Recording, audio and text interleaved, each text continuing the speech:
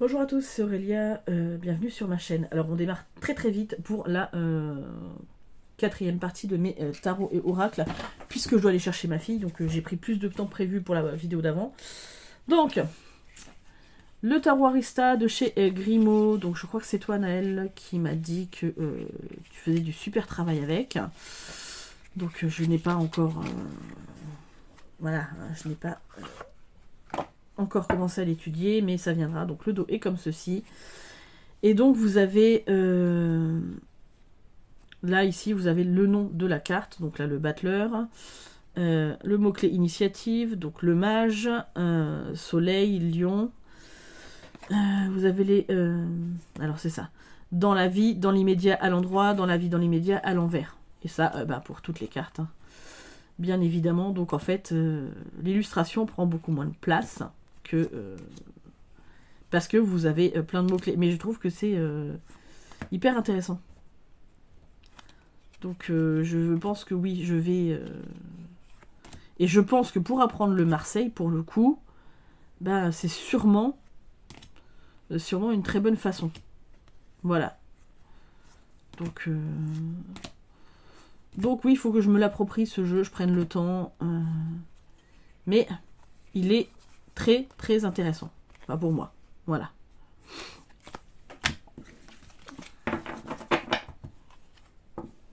Hop. Et vous avez un petit livret. Voilà. Les tarots, l'origine, la valeur, les moyens d'expression. Voilà. Donc il a déjà du vécu. Il est du premier trimestre 79 celui-ci. Autant vous dire qu'il a vécu. Hein. La boîte est défoncée, donc il faudra que je lui fasse un petit pochon. On va essayer de remettre ça correctement. Et, bon, de toute façon, la boîte est vraiment, vraiment très abîmée. Donc, on va mettre ça là. Ensuite, j'ai le tarot Jacques Vieilleville. C'est pareil, c'est un tarot... la boîte a pris cher. Donc, les coins sont pointus sur celui-ci. Et donc, vous avez ce genre d'illustration.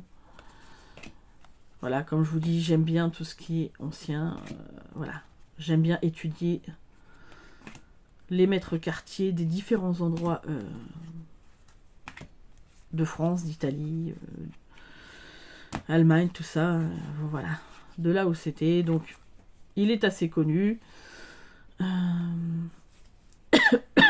ne vais pas aller très, très en profondeur dessus. C'est à Marseille. Le dos est comme ceci. Et voilà. Alors, c'est pas que je veux pas, mais je vous ferai une présentation plus détaillée de ces jeux-là plus tard. Où je vous montrerai toutes les illustrations. Je les mettrai dans l'ordre, tout ça, parce que là, rien n'est dans l'ordre. Ensuite, on continue dans l'ancien et après, je pense que je passe au récent. Voilà. Donc, le Visconti Sforza, pareil, que j'ai eu avec les éditions Fabry à l'époque quand je faisais la 2001. Ça date, hein. Donc, le dos est comme ceci. Et donc, ça, c'est les cartes de présentation. Enfin, voilà. Et vous avez ces illustrations. Donc, en fait, le Visconti Sforza, c'est le premier tarot illustré dont on a encore la trace, en fait. Le plus ancien. Donc, je vous parlerai, je pense, je me mettrai, quand je vous le présenterai en entier, le pourquoi du comment, et puisque c'est une histoire de famille, comme souvent d'ailleurs, à cette époque, les jeux. Et voilà. Donc, je pense qu'il a été conservé en très bon état quand même. Hein. En tout cas, ou si c'est le cas, il a été très très bien restauré. Hein. Vraiment. Donc voilà. Pour mon Visconti Sforza, que j'aime bien. Mais voilà, je vous dis, j'aime bien les vieilles éditions. Parce qu'il y a du vécu. Voilà. C'est pareil, la boîte, elle est un petit peu abîmée. Hein. Les déménagements, ça les aide pas non plus. Voilà. Là, j'ai vu une vidéo de Katou Tarot qui rangeait ses jeux pour son déménagement. Et je me suis dit, oh la vache, comment elle fait attention. Alors moi, j'ai l'impression d'être moins soigneuse. Pourtant, j'aime mes jeux, hein, mais... Alors, message de mon animal de compagnie. Les cartes oracle de Laure Pasquier, illustrées par Charlène Respringer, je ne sais pas. Chez Exergue, au prix de 24,90. Donc, il est sorti l'année dernière, celui-ci. Et voilà, et donc vous avez comment procéder au tirage, purification. Alors moi, c'est des trucs que je ne fais pas. Mais vous avez par exemple là, abandon. Donc cette carte représente la blessure d'abandon et vous avez le message. Et en fait, vous avez une pierre conseil. Et ça pour chaque carte. Voilà. Donc je trouve ça très intéressant. Et voilà. Donc le dos est comme ceci. Les tranches, elles sont un peu rose gold cuivré. Voilà. Et vous avez des illustrations comme ceci. Et j'ai fait plusieurs tirages avec et il est toujours tombé juste. Vraiment, hein, par rapport à mes animaux. Donc vraiment, ouais, c'est un jeu, enfin, quand vous avez des animaux de compagnie, je trouve très bien fait. Puis j'aime bien les illustrations, je trouve ça joli. C'est simple, mais c'est joli.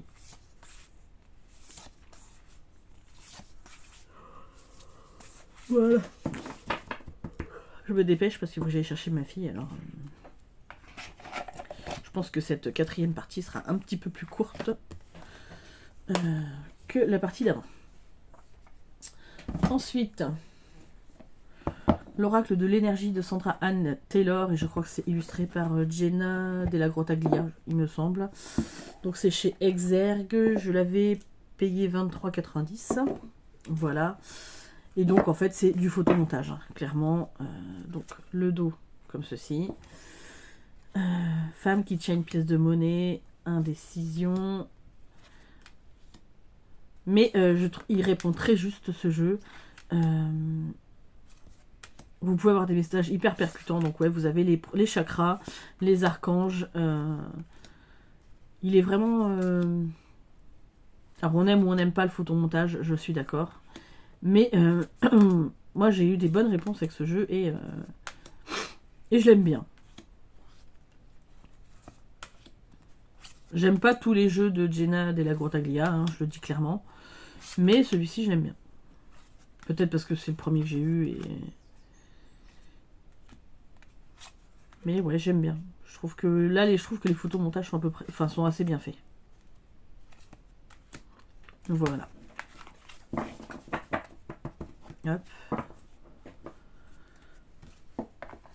Vous allez dire qu'elle est bâclée celle-là de vidéo, mais c'est vraiment parce que je me dépêche. Donc là, vous avez l'intro, les préparatifs en vue d'une lecture, et donc, par exemple, famille heureuse, vous avez rapprochement, plaisir et solitude.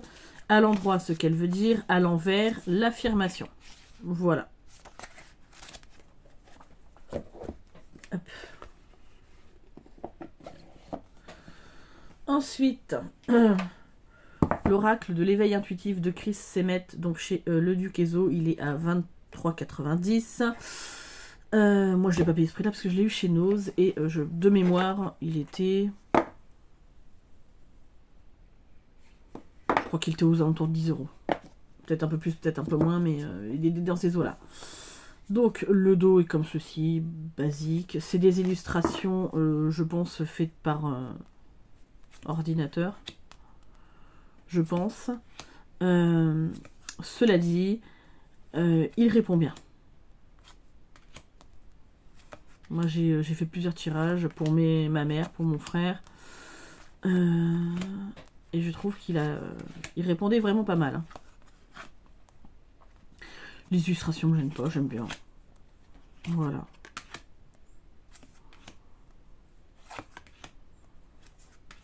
Et puis bah vous avez plusieurs comment dire, je vais y arriver, j'adore le chien, il a une trop belle bouille. Dans le livret j'ai bien aimé les explications de Chris Semet. Alors je sais qu'il a sorti là le tarot astro que j'ai vu chez Marie, mais je ne sais pas, il me parle pas. Donc là, par exemple, pour la coupe, vous avez la représentation de ce que c'est, les mots-clés, la lecture divinatoire, la lecture psychologique, la lecture karmique, la lecture spirituelle et les exemples d'associations. Donc il y a quand même, voilà, pour une carte, il y a quand même pas mal de trucs. Et je vous dis, je trouve qu'il tombe quand même bien juste. Donc là, vous avez l'utilisation de l'oracle et je crois que les tirages, voilà, c'est ça. Les tirages sont à la fin. Et il y a vraiment des tirages hyper intéressants, hein. J'en ai fait plusieurs. Et ouais, c'est un petit jeu qui paye pas de mine comme ça, mais il est franchement sympa. Hop. Ensuite, ah oui. Eh ben, tarot de Marseille, tout basique, de chez Héron. Voilà. Et on va y arriver à le sortir ou pas. Ou pas. Allez, Coco, viens. On va sortir le livret. Je finirai de le ranger une fois que j'aurai été chercher ma fille parce que... Bon, c'est pas grave. Allez. Donc, le dos est comme ceci. Et voilà les cartes. Donc, on reste sur du Marseille basique. Enfin, basique. Les illustrations diffèrent un peu. Hein. Ils avaient tous leurs pattes. Hein. Mais, par exemple, là, le chariot, les deux chevaux sont bien attachés. La force, c'est toujours le même genre de représentation. Voilà. Le diable. Les deniers. Les coupes. Les épées, pardon. Et les bâtons. Au début, j'avais du mal hein, entre les bâtons et les deniers. C'était compliqué. Puis bon, j'ai compris que les épées étaient plus comme des cimetières, donc voilà. Et donc vous avez un petit livret, enfin une notice explicative avec un avant-propos, droite et renversée au niveau des lames, et à côté de telle carte, qu'est-ce que ça veut dire? Pas mal, tiens, j'avais jamais remarqué ça. Bon, bah, j'ai pas été de voir dans le livret non plus. Mais voilà, donc c'est une reproduction d'un jeu de 1761. Donc quand même, il date un peu. Hein. Ensuite, je grandis avec la sagesse des animaux de Scott Alexander King. Je m'en aperçois qu'il a un petit peu de poussière, pépère, mais il était tout en haut. Alors. Voilà, donc un livret avec des cartes rondes qui était à l'époque en 2017 au prix de 19,90. Et franchement, c'est pour un jeu de cartes, en plus avec des cartes rondes, je le trouve franchement pas excessif. Et il y a combien? 45 cartes en plus. De bonne qualité. Le dos, voilà. Et comme ceci. Et vous avez donc les animaux, les différents animaux. Le dragon, j'ai tout ce qu'il me faut. L'éléphant, je pardonne. La grenouille, je respecte mes émotions. Le koala, je suis à l'écoute de mes sensations. Et vraiment pour soi-même, mais quand on a des enfants, il est vraiment, vraiment sympa, quoi. Comme jeu. Moi, je sais que Erin l'aime beaucoup. Puis c'est le tout premier jeu que je lui ai fait tirer. Hein. Clairement, elle était toute petite et elle me voyait tirer les cartes. Elle avait 2 ans et elle voulait faire pareil. Donc en fait, c'est pour ça un petit peu que je l'ai pris. Enfin, c'est un petit peu même beaucoup pour ça que je l'ai pris. Pour que elle puisse tirer une carte. Alors je ne lui lisais pas le livret parce qu'elle n'était clairement pas en âge de comprendre. Hein. À un moment donné, il y a un âge pour tout. Mais elle était contente de savoir quel petit animal l'accompagnait dans la journée. Donc, franchement, puis Scott Alexander King, je crois que c'est lui qui a fait l'oracle du cœur innocent, celui que Marie elle aime bien là, que j'aimerais bien me procurer si je le trouve.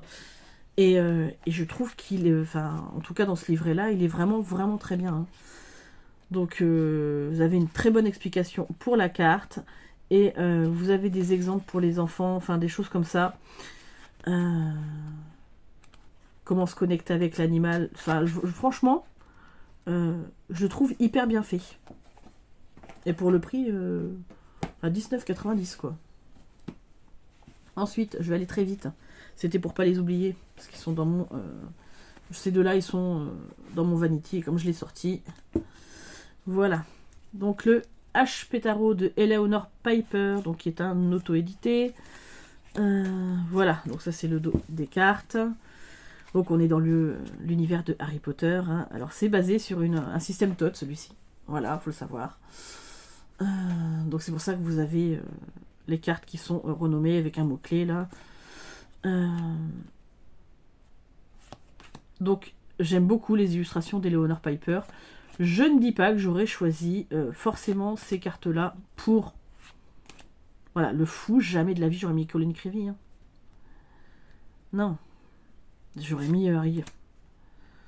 Mais bon, voilà. Après, je sais que...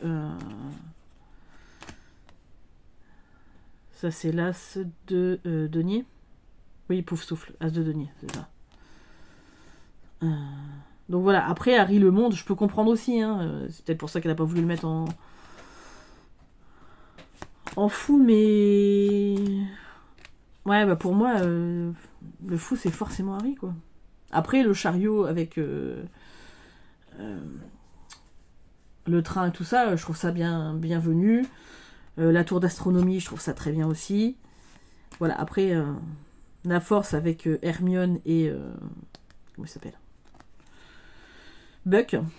Donc après, il faut connaître le Harry Potter. Hein, clairement, moi j'adore. Mais on aime ou on n'aime pas. Hein, je peux comprendre. Pour moi, Harry Potter, c'est un peu... c'est un petit peu mes livres préférés. Mais bon, voilà. Donc le jeu, il est d'assez bonne qualité. Hop. Et ensuite, je vous le montre en dernier. Et là, j'aurais peut-être dû l'ouvrir tout à l'heure. Mais c'est brave. Donc...